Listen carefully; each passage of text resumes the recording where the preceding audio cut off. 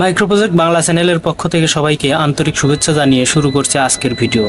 আজকের ভিডিওর বিষয়বস্তু কিভাবে সোলার কানেকশনের সাথে আইপিএস বা ইউপিএস যুক্ত করবেন। সেই সাথে আজকের ভিডিওতে এটাও জানতে পারবেন কিভাবে সোলার কানেকশন করতে হয়। সুতরাং পুরো ভিডিওটি দেখবেন আশা করছি। পুরো ভিডিওতে থাকবে গুরুত্বপূর্ণ কিছু তথ্য যা অবশ্যই জেনে রাখা প্রয়োজন। ভিডিওতে আপনারা ইতিমধ্যে দেখতে পাচ্ছেন আমি একটি সোলার কানেকশনের সাথে আমার কাছে থাকা ইউপিএস লাগিয়ে নিয়েছি এবং এটা থেকে এসি 220 ভোল্ট 20 ওয়াটের একটি বাল্ব জ্বালাইতেছি।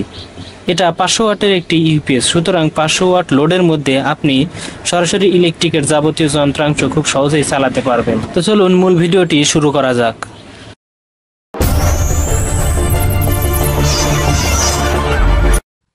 প্রথমেই আপনার প্রয়োজন হবে এরকম একটি ইউপিএস। এটা ব্যাটারি ছাড়া একটি ইউপিএস। এরকম ব্যাটারি ছাড়া ইউপিএস খুব কম দামের মধ্যে মার্কেটে কিনতে পাওয়া যায়। দাম নিতে পারে 1200 থেকে 1500 টাকার মতো। ইউপিএস সম্পর্কে আরও বিস্তারিত তথ্য জানতে চাইলে এই ভিডিওটি দেখে আসার অনুরোধ রইল। এরপর প্রয়োজন হবে একটি 12 ভোল্টের ব্যাটারি। এটা 12 ভোল্ট 130 অ্যাম্পিয়ারের একটি ব্যাটারি। এটা অটোরিকশার পুরাতন ব্যাটারি। এ ধরনের ব্যাটারি কেজি দরে বিক্রি হয়। আপনার পার্শ্ববর্তী ব্যাটারির দোকানে খোঁজ নিলে বিস্তারিত জানতে পারবেন। এরপর প্রয়োজন হবে সোলার প্যানেল ও সোলার চার্জ কন্ট্রোলার, যেটা সোলার প্যানেলের সাথে যুক্ত করতে হবে। এটা টপটেন ব্র্যান্ডের ডিজিটাল চার্জ কন্ট্রোলার এবং এটার লোড ক্ষমতা 10 অ্যাম্পিয়ার। এটা ছাড়াও মার্কেটে বিভিন্ন ধরনের চার্জ কন্ট্রোলার পাওয়া যায়। দেখতে পাচ্ছেন চার্জ কন্ট্রোলারের গায়ে সবকিছু উল্লেখ করা আছে। সোলার পজিটিভ ও নেগেটিভ। এখানে সোলার প্যানেল থেকে দুটি তার কানেকশন করতে হবে। এর পাশে রয়েছে ব্যাটারি পজিটিভ ও নেগেটিভ। এখানে ব্যাটারি যুক্ত করতে হবে এবং সবশেষে ডান পাশে রয়েছে লোড পজিটিভ ও নেগেটিভ। এখানে প্রয়োজন মতো কেবল দিয়ে ডিসি ফ্যান, লাইট ইত্যাদি চালানো যাবে। কোন কানেকশন কিভাবে যুক্ত করতে হবে একটু পরেই আমি প্র্যাকটিক্যালি করে দেখিয়ে দেব। আশা করি সাথেই থাকবেন। প্রথমেই আমি সোলারের সাথে চার্জ কন্ট্রোলারটি কানেক্ট করব। আমার হাতে সোলারের তার দেখতে পাচ্ছেন। আমার সোলার প্যানেলটি বাইরে ফিট করা আছে। এখন আমি সোলারের এই কেবলটি চার্জ কন্ট্রোলারের সাথে কানেক্ট করব। দেখতে পাচ্ছেন চার্জ কন্ট্রোলারটি অন হয়ে গেছে। আমি এখন এই টার্মিনালগুলোর সাথে সোলারের কেবল দুটি স্ক্রুর সাথে ভালো করে আটকে নেব। প্রথমে আমি চার্জ কন্ট্রোলারের সোলার পজিটিভে লাল কেবলটি লাগিয়ে নিচ্ছি। হয়ে গেলে কালো কেবলটিও সোলার নেগেটিভে লাগিয়ে নেব। একটি বিষয় উল্লেখ করা প্রয়োজন, আপনি যদি সরাসরি সোলারের উপর নির্ভর করে আপনার বাসা বাড়ির সকল বৈদ্যুতিক যন্ত্রাংশ চালানোর সিদ্ধান্ত নিয়ে থাকেন, তাহলে অবশ্যই আপনাকে ভালো মানের সোলার প্যানেল ব্যবহার করতে হবে। আর ব্যাটারিটি যাতে সারাদিনে ফুল চার্জ হতে পারে সেভাবে হিসাব করে আপনাকে ব্যাটারি ও সোলার ক্রয় করতে হবে। এ সম্পর্কে বিস্তারিত জানতে চাইলে আপনাকে এই ভিডিওটি দেখতে হবে। এখন চার্জ কন্ট্রোলারের ব্যাটারি টার্মিনালের সাথে তারগুলো আগে লাগিয়ে নেব। প্রথমে পজিটিভে লাল কেবল ও নেগেটিভে কালো কেবলটি লাগাবো। লাগানো শেষে আমি মাল্টিমিটার দিয়ে চেক করে দেখব এখানে কত ভোল্টেজ এসেছে। তার জন্য আমি মাল্টিমিটারটি ডিসিতে সেট করলাম এবং মাল্টিমিটারটি নেগেটিভ ও পজিটিভ প্রুফগুলো ব্যাটারি কেবলের সাথে ধরলাম। দেখতে পাচ্ছি মিটারে 20 ভোল্টের কিছুটা বেশি দেখাচ্ছে। তার মানে সোলারে এখন পর্যাপ্ত পরিমাণ রোদ পড়েছে, তাই সোলার থেকে 12 ভোল্টের বেশি লোড দেখাচ্ছে। তবে ব্যাটারি যুক্ত করলে লোড কমে যাবে। এবার সোলারের সাথে ব্যাটারিটি লাগাতে হবে। বন্ধুরা দেখতে পাচ্ছেন আমি এপাশে আগে কেবলের সাথে ব্যাটারি কানেক্টর লাগিয়ে নিয়েছি। এখন ব্যাটারির সাথে কেবল দুটি লাগিয়ে ফেলবো। আমি প্রথমে ব্যাটারি পজিটিভে লাল কেবল লাগাবো।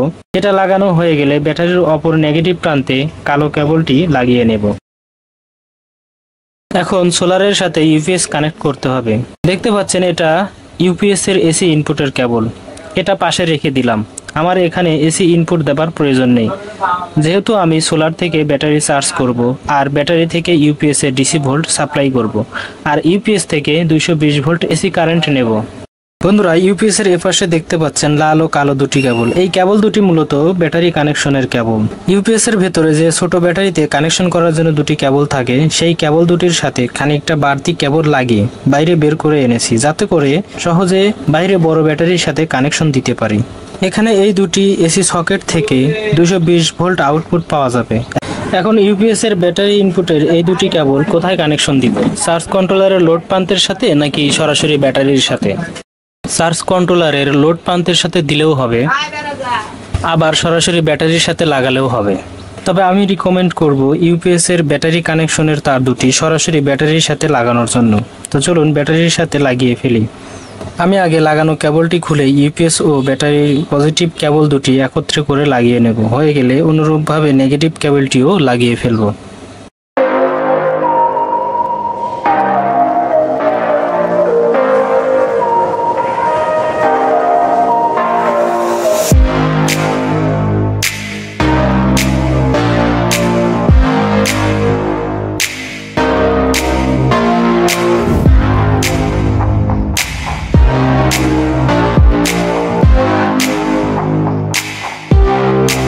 বন্ধুরা দেখতে পাচ্ছেন আমি কিভাবে কানেকশনগুলো করলাম।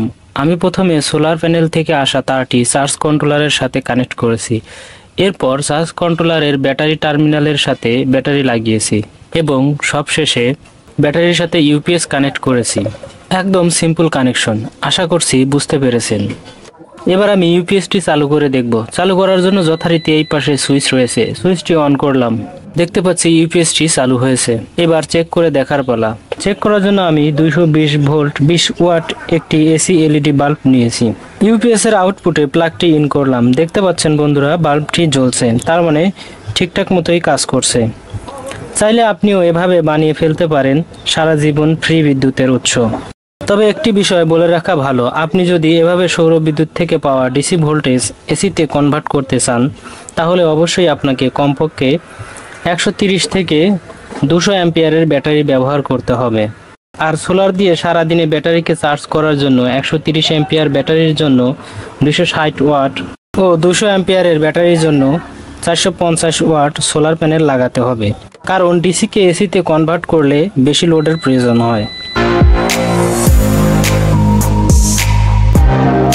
বন্ধুরা ভিডিও আজ এখানেই শেষ করব। ভিডিওটি যদি ভালো লেগে থাকে তাহলে ভিডিওতে একটি লাইক দিবেন। কোনো বিষয়ে যদি আপনার প্রশ্ন থাকে তাহলে অবশ্যই কমেন্টে লিখুন, আমি উত্তর দেওয়ার চেষ্টা করব। ধন্যবাদ এতক্ষণ ভিডিওটি দেখার জন্য।